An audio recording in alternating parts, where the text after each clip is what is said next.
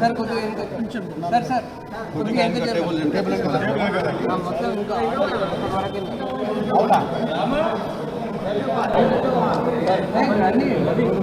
Okay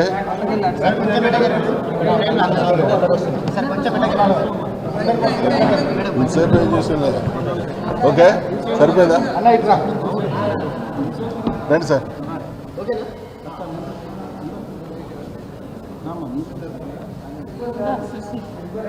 okay ready Dasarathi మహాకవి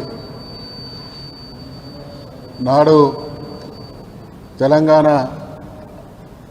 రైతాంగ సాయుధ పోరాటాన్ని భారతదేశ స్వాతంత్ర పోరాటాన్ని ఆ రోజున్నటువంటి తాడితుల పీడితుల పక్షాన పోరాడినటువంటి గొప్ప యోధుడు కవి సాహితీవేత్త కాళోజీ నారాయణరావు గారు దాశరథి కృష్ణమాచారి గారు దాశరథి కృష్ణమాచారి గారి అగ్నిధార వారు రాసినటువంటి అగ్నిధారను కనుక ఒక్కసారి చదివితే ఆ రోజు ప్రజల పక్షాన మరి దేశ స్వాతంత్రం కోసం పోరాడినటువంటి వాళ్లకు స్ఫూర్తి నింపడంలో అగ్నిధార పాత్ర చాలా గొప్పది. మనమందరం అలవోకగా పాడుకునేటువంటి పాట ఆ చల్లని సముద్ర గర్భం దాచినబడ బాణలమెంతో ఆ నల్లని ఆకాశంలో కానరాని భాస్కరులెందరూ అని అంటూ అంటూ అంటూ అంటూ అన్నార్థులు అభాగ్యులుండని ఆ నవయుగం మదెంత దూరం కరువంటూ కాటకమంటూ కానరాని కాలాలెప్పుడు అన్నటువంటి మహాకవి ప్రజల పక్షాన ప్రజల బాధలను చిత్రీకరించడంలో ప్రజల్ని చైతన్యపరచడంలో మహాకవి దాశరథి కృష్ణమాచారి గారు పోషించినటువంటి పాత్ర అద్భుతం. వ్యక్తిగతంగా నేను అదృష్టవంతుని. వారు ఒక రకంగా మా నాయనగారికి గురువు. ఆ రోజు ఉండేటువంటి రాజ్యం కళాకారులని ప్రజల పక్షాన పోరాడేటువంటి వాళ్ళ మీద అనేక రకాలైనటువంటి దిగ్బంధం కొనసాగిస్తున్నటువంటి తరుణంలో మహబాద్ ప్రాంతంలోని చిన్నగూడూరుకు సంబంధించినటువంటి కాళోజీ నారాయణరావు గారు మా ఊరు పక్కనటువంటి కవికొండ అనేటువంటి గ్రామంలో ఆశ్రయం పొందడం జరిగింది. మా ప్రాంతంలో అనేక మందికి స్ఫూర్తినిచ్చినటువంటి మహానుభావుడు మన దాశరథి కృష్ణమాచారి గారు.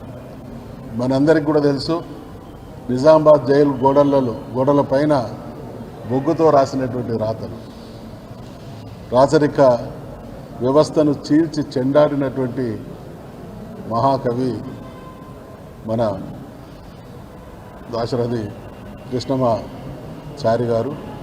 వారు మనందరికి కూడా స్ఫూర్తిదాయకం. దాశరథి గారు అన్నటువంటి ఒక మాటను స్ఫూర్తిగా తీసుకున్నటువంటి మన ముఖ్యమంత్రి వర్యులు, నా తెలంగాణ కోటి రతనాల వీణ అని దాశరథి గారంటే, నా తెలంగాణ కోటి ఎకరాల మాగాన అని అనడమే కాదు, దాన్ని సాఫల్యం చేసినటువంటి మహానాయకుడు కేసీఆర్ గారు. దానికి స్ఫూర్తి దాశరథి గారు. ఇవాళ మరి కేసీఆర్ గారు తెలంగాణ సాధనోద్యమంలో తెలంగాణ సాధించుకున్న తర్వాత, తెలంగాణ రాష్ట్రం ఏర్పడిన తర్వాత, ముఖ్యమంత్రిగా వారు పదవి బాధ్యతలు స్వీకరించిన తర్వాత కాళోజీ గారి పేరిట అవార్డును 2015 నుంచి మనం ఇప్పటి వరకు దాశరథి గారి పేరిట అవార్డును కొనసాగిస్తూ ఉన్నాం. అంటే దాశరథి గారిని తెలంగాణ ప్రభుత్వం కేసీఆర్ గారు ఎంత స్ఫూర్తిగా తీసుకున్నారో ఇందుకు నిదర్శనం. కాబట్టి ఆ మహానుభావుడి జయంతి సందర్భంగా వారికి మరొకసారి మనందరి తరఫున తెలంగాణ జాతి పక్షాన తెలంగాణ ప్రజల గుండెల్లో శాశ్వతంగా ఉంటాడు అనేటువంటి విషయాన్ని మనం చేస్తాం. జోహార్ దాశరథి రంగాచారి గారు, జోహార్ దాశరథి గారు. 99 సంవత్సరాలు అయిపోయి 100 సంవత్సరాలు అడుగు పెడుతున్న సందర్భంగా వారికి ఘనమైన నివాళులు అర్పిస్తూ నేను సాంస్కృతిక శాఖ మంత్రిగా ఉన్నప్పుడు వారి కుటుంబ సభ్యులను కూడా పిలిపించి సత్కారం చేస్తున్నప్పుడు ఒక దాశరథి గారే కాదు, తెలంగాణలో ఎంతోమంది వైతాళికులను సన్మానం చేసి సత్కారం చేసి అవార్డులు ఇవ్వడం అనేది నిజంగా కేసీఆర్ గారే ముఖ్యమంత్రి కాకపోతే మాకు ఇవి జరిగేటివా? తెలంగాణ రాకపోతే మాకు ఈ సత్కారాలు ఉండేటివా? మరుగున పడి మమ్మల్ని ఇంత పెద్ద కవిత్వం ఉన్న ఎంతోమంది కవులను కూడా ఎక్కడ కూడా వెలుగులోకి తీసుకురాకుండా తెలంగాణలో కవులే లేరన్నట్లు భావన జరిగేది. కేసీఆర్ వచ్చిన తర్వాతనే, కేసీఆర్ గారు ముఖ్యమంత్రి అయిన తర్వాతనే, తెలంగాణ తెచ్చిన తర్వాతనే తెలంగాణ ఉన్నటువంటి కవులకు కావచ్చు, కళాకారులకు కావచ్చు, వైతాళికులకు కావచ్చు ఎంతోమందిని అవార్డులు ఇచ్చి సత్కరించుకోవడం అనేది నిజంగా ఎంతో అదృష్టం అని చెప్పి వాళ్ళ కుటుంబ సభ్యులు చెప్పినటువంటిది ఈ సందర్భం గుర్తు చేస్తూ ఉన్నాను. ఈరోజు మీరు చూడండి, కాళోజీ గారి నుంచి మొదలుకుంటే, సురం ప్రతాప్ రెడ్డి గారి నుంచి మొదలుకుంటే, దాశరథి గారు ఎంతోమంది అసలు కవులే లేరన్నప్పుడు 100కు పైగా కవులు ఉన్నారని చరిత్ర ముందర పెట్టినటువంటి గోల్కొండ పత్రిక ద్వారా మా జిల్లా వాసినటువంటి సురవన్ ప్రతాప్ రెడ్డి గారు. ఆ తర్వాత క్రమంలో అసలు తెలంగాణ భాషనే కాదు, ఇది యాస అని ఎన్నో రకాలుగా, ఇది కవిత్వమే కాదు అని ఎన్నో అవమానాలు ఎదుర్కొన్నారు. కానీ తెలంగాణ వచ్చిన తర్వాతనే మేము తెలంగాణ ఉద్యమంలో కూడా తెలంగాణ, నా తెలంగాణ కోటి రతనాల వీల, ఇంకొక కవి ప్రాంతేతరుడు ద్రోహం చేస్తే పొలిమేర దాకా తరిమి కొట్టండి, ఈ ప్రాంతం వారు ద్రోహం చేస్తే ఇక్కడే పాతి పెట్టండి అని ఇలాంటి మహనీయుల కవుల యొక్క వాళ్ళ యొక్క ఆలోచనలతో, వాళ్ళ యొక్క కవిత్వంతోనే తెలంగాణ ఉద్యమం ముఖ్యమంత్రి మాజీ ముఖ్యమంత్రి కేసీఆర్ గారు కూడా ఇలాంటి పుస్తకాలు చదివి వీళ్ళ యొక్క పుస్తకాల ద్వారానే తెలంగాణ వస్తే తప్ప ఈ ప్రాంతం బాగుపడదని తెలంగాణ తెచ్చిన సందర్భం. వచ్చిన తెలంగాణలో కూడా అందరిని సత్కరించుకొని ఈరోజు 100 సంవత్సరాలు అడుగు పెడుతున్నందుకు వారికి ఘనమైనటువంటి నివాళులు అర్పిస్తూ 100 సంవత్సరం ఇంకా ఘనంగా నిర్వహిస్తామని చెప్పి ఈ సందర్భంగా తెలియజేస్తున్నాం. జోహార్ దశరథ్ గారికి.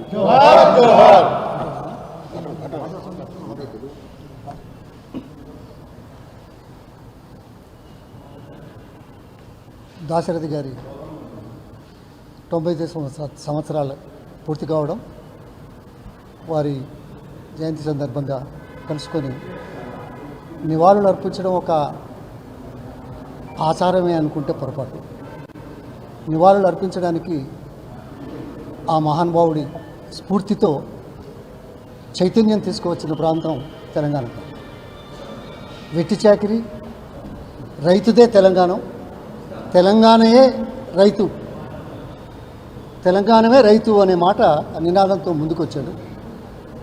రాజరిక పోకడలకు ఎదురు తిరిగి సమాజంలో వెట్టి చాకరీ లేకుండా చేయడానికి చేసిన కృషి ఎనలేదు. అందుకే రైతుదే తెలంగాణ అన్నాడు కదా, అగో అక్కడే ఉంది అబ్ కీ బార్ కిసాన్ సర్కార్. ఆ పైన అంటే ఆ స్ఫూర్తి తెలంగాణలో కేసీఆర్ గారు మొట్టమొదటిసారిగా తీసుకొచ్చిన వాస్తవాన్ని నేను గుర్తు చేస్తాను. అందుకే ఇటు నీటిపారుదలలో, మిగతా రంగాలలో తెలంగాణను అగ్రగామిగా ఉంచడానికి చేసిన చరిత్ర ఈ 10 సంవత్సరాల్లో ఇది శాశ్వతంగా ఉండిపోతుంది.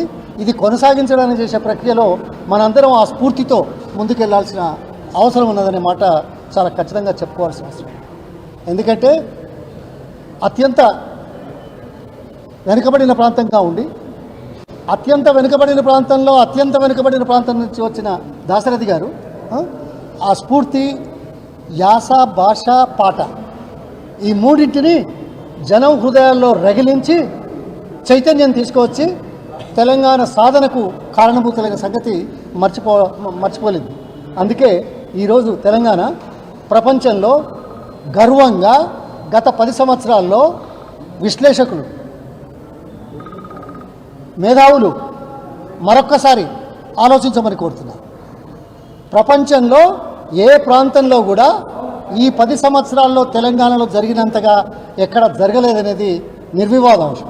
ఎందుకంటే తలసరి ఆదాయం ఈ 10 సంవత్సరాల్లో తెలంగాణలో 3 అంతలు పెరిగింది, దేశంలో 2 అంతలు పెరిగింది, ప్రపంచంలో ఈ రీతిలో ఎక్కడ పెరగలేదు గత 10 సంవత్సరాలు.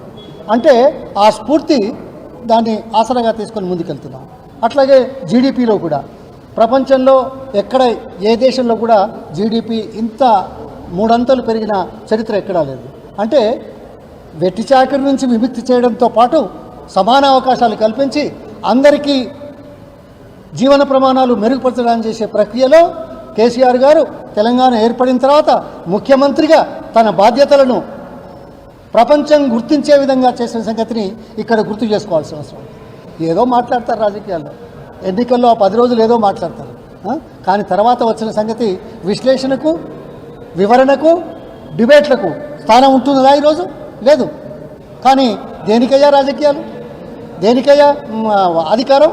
ప్రజల కోసం, ప్రాంతం కోసం, మెరుగుపడిన జీవన విధానాల కోసం చేసే ప్రక్రియలో పుట్ట టీఆర్ఎస్ ప్రభుత్వం, బీఆర్ఎస్ ప్రభుత్వం, కేసీఆర్ గారు ముందడుగు వేశారు. ఇది కొనసాగించాల్సిన అవసరం ఉంది. ఈరోజు మనం ప్రతిజ్ఞ చేయాల్సిన అవసరం ఉందనే మాట కూడా నేను తెలియజేస్తాను.